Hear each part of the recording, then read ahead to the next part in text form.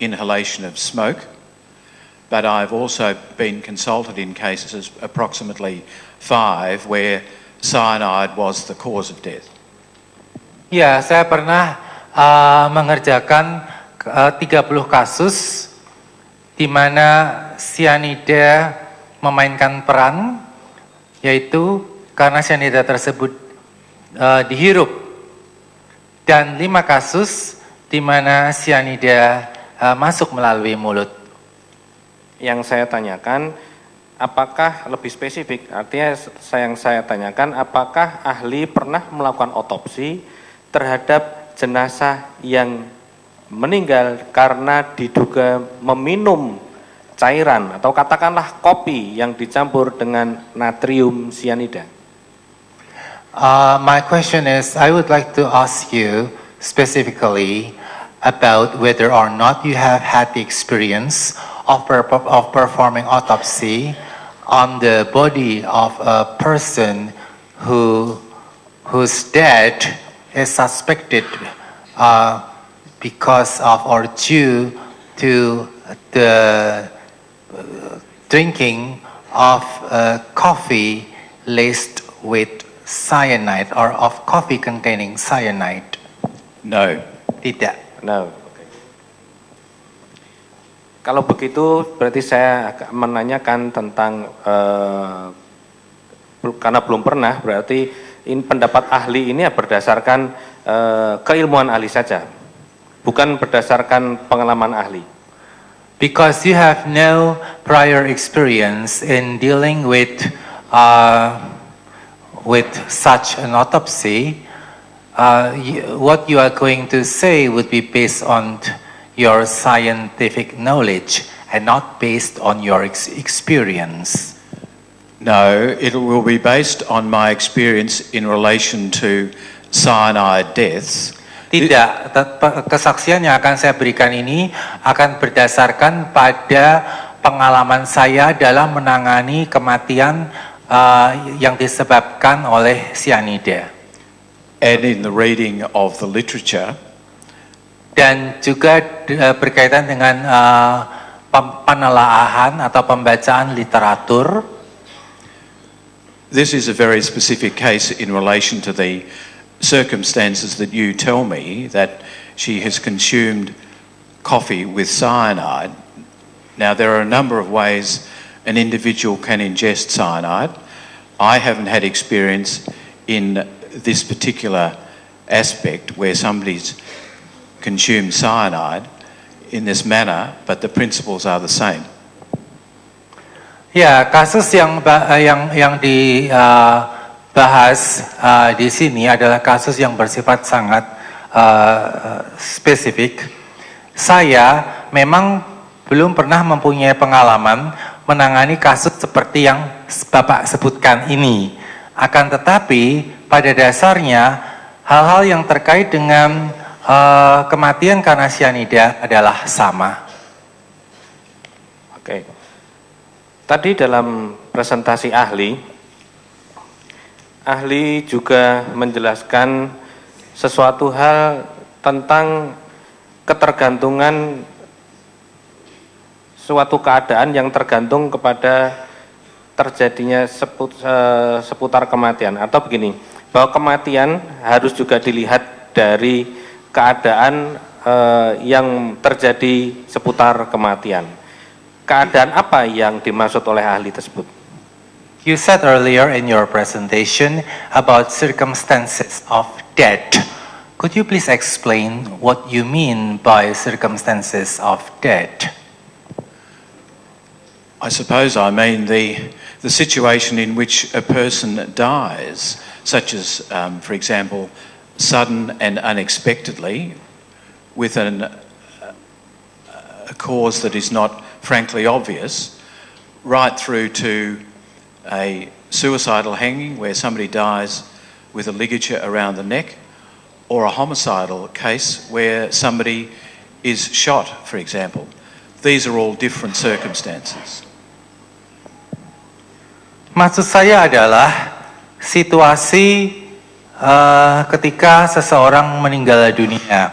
Misalnya orang tersebut meninggal dunia secara mendadak tanpa suatu sebab dan penyebabnya tidak selalu jelas, atau orang tersebut meninggal karena bunuh diri, misalnya dengan cara gantung diri di mana ditemukan tali pada lehernya, atau karena orang tersebut dibunuh misalnya karena ditembak.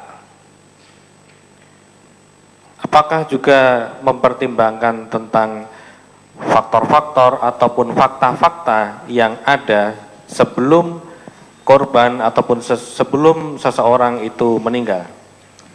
Would you also consider factors or facts that existed before the victim dies? Yes, that would be part of the process that the pathologist goes through prior to performing a post-mortem examination. Yaitu adalah bagian dari proses yang dijalankan atau dilakukan oleh seorang ahli toksikologi sebelum melakukan pemeriksaan. In other words, the circumstances in which the individual died, and if possible, any pre-existing medical history for review. Dengan kata lain, harus diperhatikan juga keadaan-keadaan seputar kematian dan juga riwayat kesehatan atau riwayat medis dari orang yang bersangkutan. Jadi tetap juga memperhatikan riwayat kesehatan ataupun riwayat medis dari orang yang bersangkutan ya. So the medical history or the health history of the person should also be taken into account. If possible, but the ultimate source of the information is the post-mortem examination. Because ya, jika memungkinkan, ya, tetapi sumber utamanya adalah pada pemeriksaan langsung terhadap yang bersangkutan. Because the pathological condition from which the individual died may not be recorded in the medical records. It might be a new condition. Karena kondisi patologi seseorang tidak selalu terekam dalam riwayat medis, bisa saja ada timbul kondisi yang baru. And also the circumstances surrounding the death may not necessarily be reflective of the actual cause of death. Dan juga keadaan-keadaan yang terjadi di seputar kematian tersebut belum tentu merefleksikan atau mencerminkan penyebab kematian. Oke. Apakah untuk menentukan kematian seseorang, maksud saya begini, apakah sebelum korban dilakukan pemeriksaan dengan otopsi, juga diperhatikan tentang keadaan-keadaan ataupun perlakuan-perlakuan ketika seseorang sebelum diotopsi tetapi sudah menjadi jenazah. Artinya ketika seseorang mati, kemudian perlakuan otopsi itu masih memerlukan beberapa waktu lamanya, apakah keadaan sebelum diotopsi juga merupakan perhatian atau diperhatikan juga oleh seorang ahli kedokteran forensik? Should circumstances surrounding the autopsy of a body also be taken into account? Yes, they should be taken into account, but they might turn out to be entirely inconsistent with the findings identified at autopsy. So in those circumstances, in that situation, the circumstances are of no benefit in determining the cause of death. For instance, what? Sorry? For instance, what? Inconsistent with the... For instance, you said something earlier. I said that the circumstances may not be reflective of the cause of death. In other words, they're unrelated to why the person died, although they are contemporaneous with the death. But you also said about findings. Yeah, Might be inconsistent with the. Ya, jadi begini, memang keadaan-keadaan yang terjadi seputar otopsi itu memang perlu diperhatikan. Akan tetapi temuan hasil otopsi belum tentu mencerminkan keadaan tersebut belum tentu mencerminkan hasil temuan yang sesungguhnya dari otopsi. Bukan itu maksud saya. Apakah untuk menyimpulkan penyebab kematian itu juga memperhatikan keadaan jenazah sebelum dilakukan otopsi? In order to conclude keadaan atau perlakuan terhadap jenazah sebelum dilakukan otopsi. In order to conclude the cause of death of a person, should consideration be given to the way the body is treated or is subjected to before autopsy is performed? In theory, yes, but the post-mortem examination should be performed prior to any other manipulation of the body. It's of prime importance to carry out the autopsy as soon as possible. Secara teori memang demikian, tetapi otopsi seharusnya dilakukan sesegera mungkin, secepat mungkin setelah kematian, tanpa harus menunggu sampai dilakukan sesuatu atau dilakukan suatu perlakuan terhadap jenazah. Berkaitan dengan hal tersebut, dalam kasus ini, apakah penasihat hukum memberitahukan kepada ahli bahwa terhadap jenazah korban yang dimaksud dalam perkara ini tidak dilakukan otopsi atau begini, mendapat penolakan dari pihak keluarga untuk dilakukan otopsi, sehingga pihak yang berwenang dalam hal ini adalah laboratorium forensik, maksud saya pihak Rumah Sakit Bayangkari melakukan perlakuan yang ahli sebut tadi sebagai otopsi parsial. Did your legal advisor told you that the family of the victim refused autopsy performed on the victim? Yes, I understood that there was some delay and that was initially due to the family's wishes that a post-mortem examination should not be performed. Ya, saya diberitahu atau saya paham bahwa memang ada penundaan karena pihak keluarga menolak dilakukannya pemeriksaan setelah kematian. Dan tadi di awal ahli juga sudah menjelaskan bahwa terhadap korban, ahli mengetahui juga bahwa terhadap korban ini telah dilakukan formalin atau embalming ya, sesaat atau beberapa jam setelah kematian korban. Are you aware that the victim was embalmed some time or several hours after death?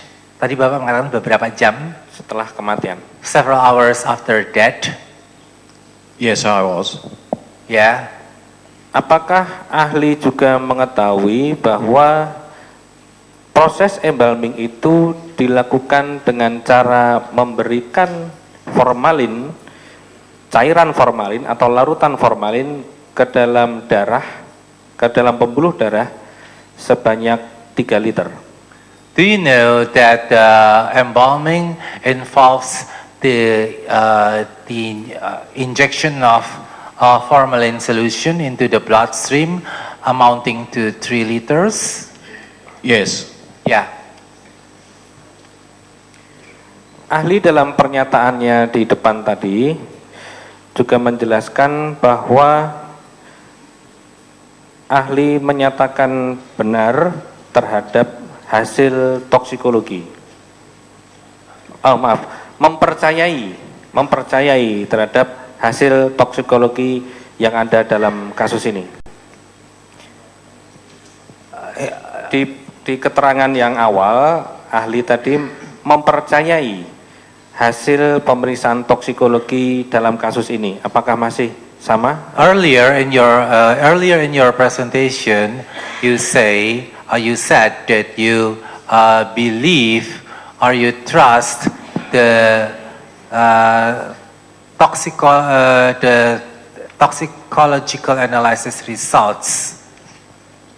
Is that true?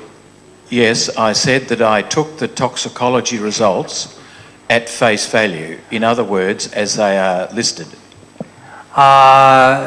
Yang saya katakan adalah saya mempercayai hasil analisis toksikologi itu sebagaimana yang tertulis, sebagaimana yang tercantum pada laporan tersebut.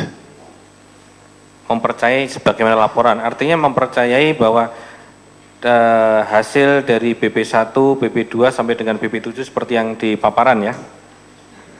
You said take at face value, but you said, so does this mean that you believe in the results presented in the toxicological analysis results, including BP1? Tadi Bapak bilang BP berapa Pak? BP1 sampai BP7 itu kan BP1 from BP1 until BP7. Kan ada data-data itu kan jumlah-jumlah kadar-kadar, ada natrium, ada ini kan mempercayai kan ya. Ahli ini kan mempercayai hasil itu.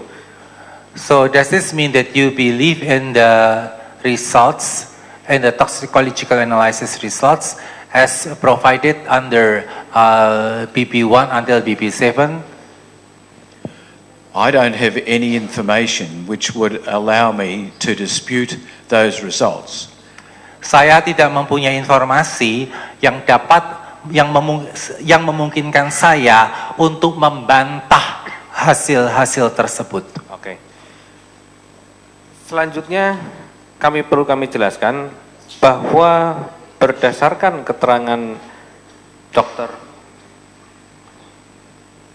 Robertson, seorang ahli toksikolog dari Australia yang telah memberikan keterangannya kemarin.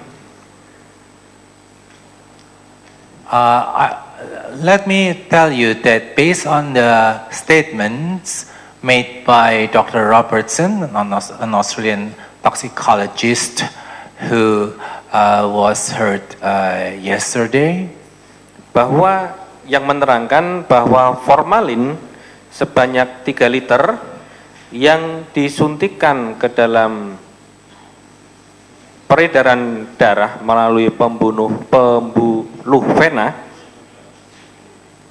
He said that 3 liters of formalin injected into the body through the veins or venous vessels terhadap tubuh korban yang diperkirakan seberat 60 kg into the body of the victim, estimated to weigh around 60 kilograms, telah menyingkirkan jejak sianida, had removed traces of cyanide, dan jejak tiosianat, as well as traces of thiocyanate baik di dalam darah, in the blood, di dalam Yang mulia, organ-organ, in the organs. saksi tidak menyatakan menyingkirkan, dapat menyingkirkan. Tolong dikoreksi. Supaya diulang jawaban daripada Pertanyaannya yang salah. Kemudian atas penjelasan ahli tadi tidak akan ditemukan karena tidak termetabolisme, sehingga diasumsikan kafein bukan dari kopi yang diminum. Lantas kemana kafein atau zat kopi yang diminum oleh korban? So the victim drank coffee, and yet you said that the caffeine from the coffee cannot be found on the body because cannot be found because it is not yet metabolized. So where has the substance gone? Well, it hasn't been metabolised because it's still present. It is caffeine. If it is metabolised, that means that it's changed to another compound. What I'm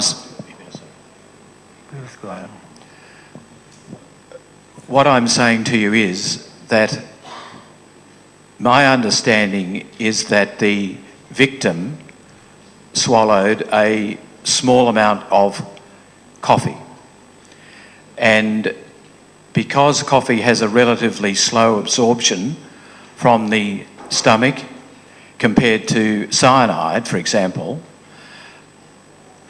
one wouldn't necessarily expect to find it in the short period of time between her survival in the bile and in the urine. Karena korban meminum kopi dalam jumlah yang sedikit dan karena penyerapan kafein oleh tubuh itu lebih lambat dibandingkan sianida, maka kafein tidak akan ditemukan secepat itu di dalam hati maupun empedu. Apakah berarti juga belum terjadi metabolisme di dalam tubuh? Does this mean that metabolism, maksud Bapak belum terjadi metabolisme di dalam tubuh, maksudnya Pak, maaf Pak, sekali lagi Pak. Tadi kan dijelaskan kemungkinan belum terjadi metabolisme. Apakah itu berarti apakah belum terjadi metabolisme menurut ahli dalam jumlah yang sedikit itu? The small amount of caffeine are you saying that the small amount of caffeine has not been metabolized in the body? Some of it will have been metabolized, but it then has to pass into the system to get into the gallbladder and the urine, which will take some time. And the extent of metabolism of the coffee will depend on the concentration that is of the caffeine that's in the coffee. So, as I said to you before, in my opinion, I think it unlikely that the totality of the caffeine that was identified was due to acute absorption from the consumption of the coffee by the victim at that time.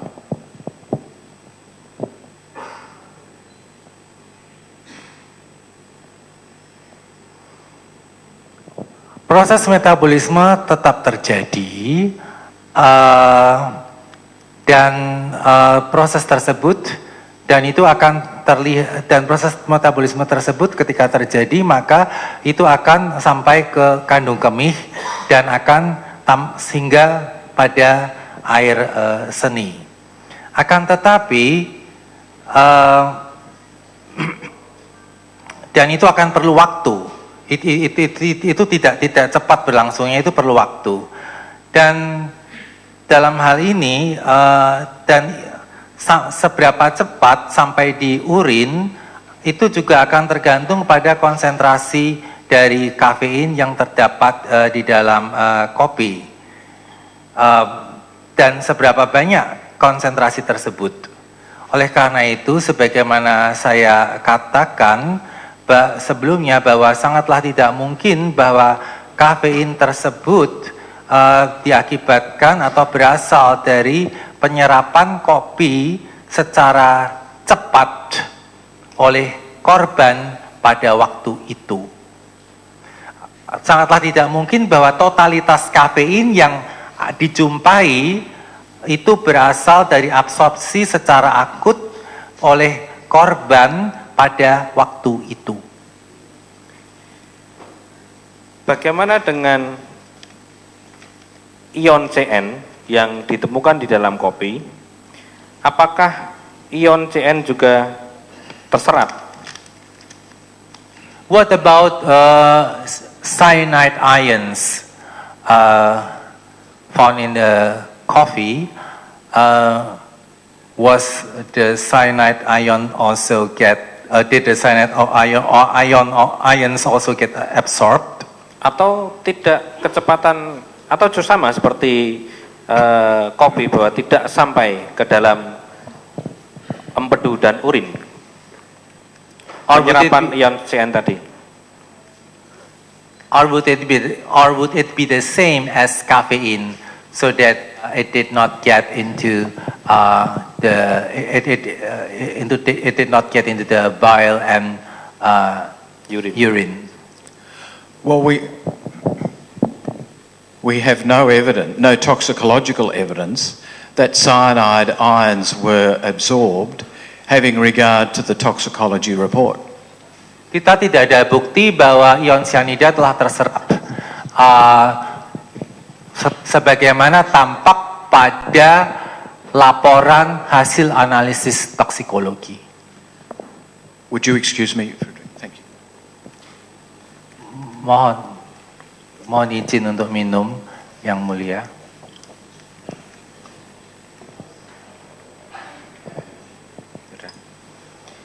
Tadi jelaskan bahwa kemungkinan minuman kopi yang mengandung cyanida itu sedikit yang terminum.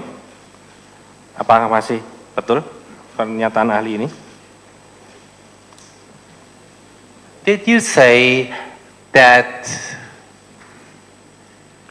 Satu tegukan, minuman kopi yang terminum itu sedikit. Sebelum menjelaskan ini tadi, ahli kan menjelaskan bahwa ada kemungkinan karena minuman kopi itu sedikit sehingga kopinya tidak terserap ataupun tidak sampai kepada terabsorpsi kepada urin dan empedu. Maaf Pak, yang tadi Bapak katakan karena kopinya sedikit, maka kopinya atau kafeinnya yang tidak Tadi menjelaskan kemungkinan minum kopinya kan sedikit gitu. Nah itu tanyakan aja seperti itu. Apakah masih sama?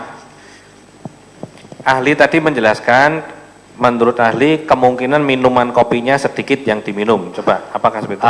You said earlier that the coffee that the victim drank is perhaps that perhaps the victim only drank a small amount of coffee. Sehingga kafeinnya hanya sedikit yang masuk. So that the caffeine that get into the body is also in a small amount. Well, in fact, we don't know the actual amount of caffeine that was in the body because Pada kenyataannya kita tidak tahu berapa jumlah kafein yang ada di dalam tubuh. Because the test under heading of miscellaneous, all it says is positive for caffeine. It doesn't tell me what concentration of caffeine that was there.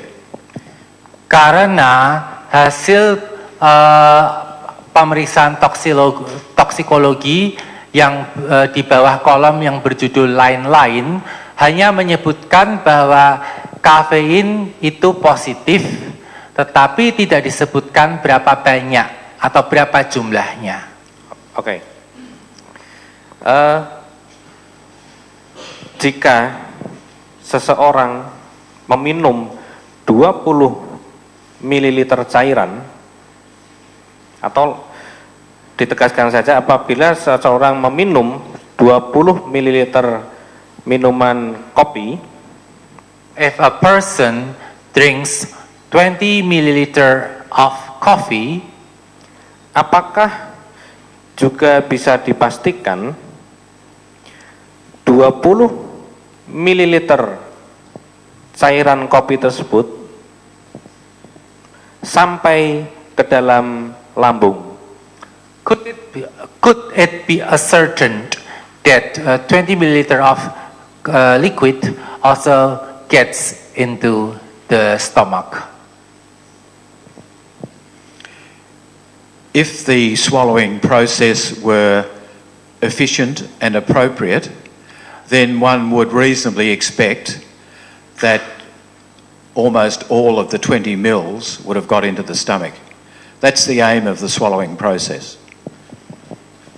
apabila proses menelan kopi tersebut adalah berlangsung sebagaimana seharusnya, maka maka hampir seluruh dari 20 ml kopi tersebut masuk ke dalam lambung. Hampir itu banyak, misalnya kalaupun ditelan 20 ml, maka yang sampai adalah 19 ml atau 10 ml, apakah bisa diperkirakan? You said almost all of the 20 ml of coffee would be found in the stomach if the swallowing process is appropriate.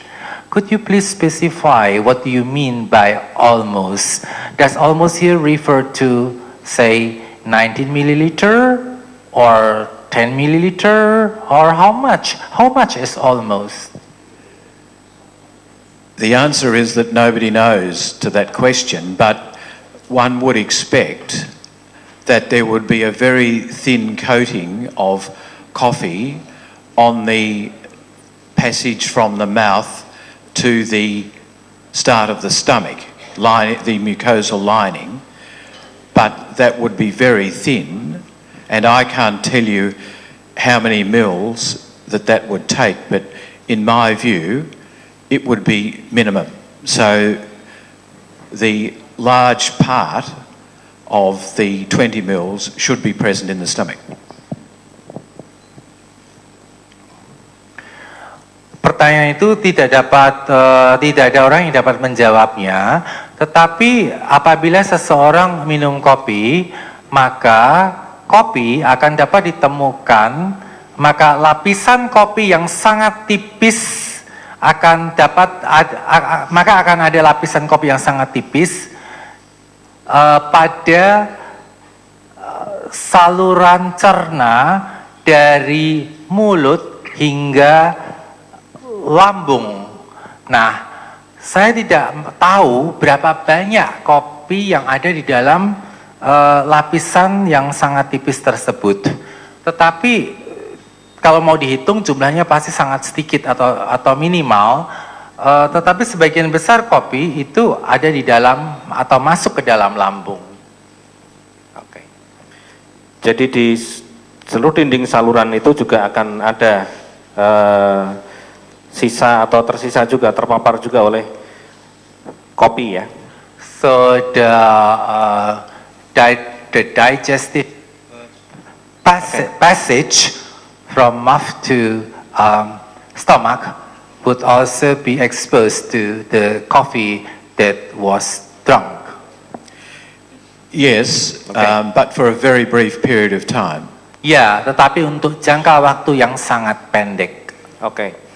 Ketika kopi itu mengandung sianida, apakah juga terjadi absorpsi, distribusi melalui mulut sampai dengan saluran pencernaan? Apakah juga dilakukan absorpsi oleh saluran mulut dan saluran pencernaan sebelum sampai kepada lambung? Maksud saya laring-faring juga bisa mengabsorpsi dan mendistribusi. If the coffee contains cyanide, could the coffee be absorbed and distributed? Sianida maksud saya. Sianida yang ada di dalam kopi itu apakah juga bisa terabsorpsi oleh permukaan mulut, kemudian permukaan laring-faring sebelum diabsorpsi oleh lambung? If the coffee contains cyanide, would the cyanide also be absorbed and distributed in the mouth, in the larynx, and in the pharynx before it gets into the stomach? In theory, that is a possibility, but it would be minimal absorption because of the rapid passage of the fluid past those parts, down the esophagus and into the stomach, the absorption would also in those areas be minimal because the blood circulation in the walls of those structures is not designed, nor the lining designed to absorb materials. Oke, jadi Secara teori iya, secara teori secara teori iya, tetapi absorpsi yang terjadi itu akan sangat minimum karena cairan itu masuk dengan sangat cepat melewati saluran cerna masuk ke dalam lambung. Selain itu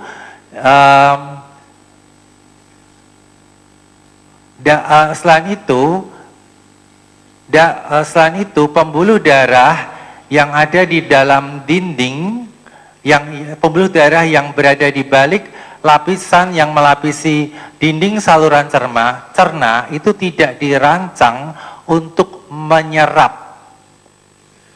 The lining of the upper gastrointestinal tract, in other words, what you were talking about before, from the mouth to the top of the stomach, is not designed to absorb food.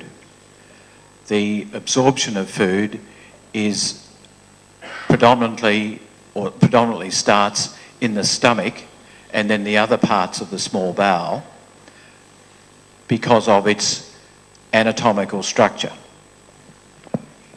Yang saya maksud adalah bahwa saluran cerna, ya, yang saya maksud adalah bahwa saluran cerna dari mulai mulut sampai sebelum saluran tersebut ke lambung, jadi bagian atas, saluran cerna bagian atas dari mulut sampai ke lambung, itu tidak dirancang untuk mencerna makanan. saya tidak bicara tentang mencerna makanan, tetapi saya bicara tentang absorpsi terhadap sianida. I'm not talking about the digestion of food. I'm talking here about cyanide absorption. Absorpsi dan distribusi sianida ke dalam darah ataupun sampai kepada organ-organ lainnya. Absorption yang bisa dilakukan oleh permukaan mulut sampai dengan permukaan laring-faring tadi. Absorption and distribution of cyanide and so that the cyanide gets into the bloodstream. Could this be done, or could this happen when the upper gastrointestinal tract was or is exposed to cyanide, including larynx and the pharynx? The principles of absorption of a liquid, which for example might contain cyanide, are the same as the absorption of food. Prinsip absorpsi cairan, baik yang mengandung cyanida maupun tidak, atau termasuk yang cairan yang mengandung cyanida, adalah sama dengan prinsip absorpsi makanan. And the absorption of a fluid, for example, containing cyanide, is enhanced in the stomach because of the acidity of the stomach, because that acidity will release the cyanide ion from the compound in which it's dissolved. Dan cairan yang mengandung cyanida itu akan semakin meningkat apabila cairan tersebut berada di dalam lambung karena adanya asam lambung. Asam lambung itulah yang akan melepas, would release the cyanide ion. Karena asam lambung itulah yang akan melepas ion-ion cyanida. Asam lambung akan melepas ion-ion cyanida. You mean the acid in the stomach would release the cyanide ions? It will assist in the release of the cyanide ions because of the particular chemical reaction involved with the acid. Akan membantu, asam yang ada di dalam lambung akan membantu melepas ion cyanida karena terjadinya reaksi kimia. Apakah berubah menjadi HCN? would the cyanide ion turned into or converted into HCN? It will be if it gets to the liver, but it won't be converted to HCN once it's absorbed into the bloodstream. HCN, You mean it would be if it Cyanida dalam bentuk gas. HCN is cyanide in the form of gas. HCN, hydrogen cyanide. HCN is cyanide in the form of gas. Yeah. So, so ask the question. tolong ditanyakan lagi Pak, diajukan lagi pertanyaannya Pak. Apakah ketika minuman kopi yang mengandung natrium cyanida bertemu dengan asam lambung akan merubah natrium cyanida menjadi hidrogen cyanida? Artinya cyanidanya berubah menjadi gas. If a drink contains cyanide and then the drink gets to the stomach, would the acid in the stomach convert the natrium cyanide in the drink into gas, into hydrogen cyanide? It may in part, yes. It may be, it may in part. In part. Ya, sebagian ya. Sampai berapa persen bisa diperkirakan? Until how Ataupun many bisa percent dipastikan? could you estimate? No. Tidak. Tidak bisa dipastikan. You cannot ascertain until how many percent. And until how many percent? I don't think anybody would know that percentage. Saya kira tidak ada orang yang tahu persentasenya. Kira-kira 50% mungkin ataupun 25%, sebesar apa kemungkinan perubahannya? Apakah ada ahli pernah mengetahui, membaca literatur? Would the natrium cyanide get converted into gas? Perhaps 50% or 20%, or have you ever read literature about this, or is there any expert talking about this? I've not read any literature in relation to this specific subject. That's really a toxicologist's expertise. Oke. Itu adalah keahlian seorang ahli patologi untuk menjawabnya. Oke. Toksikologi.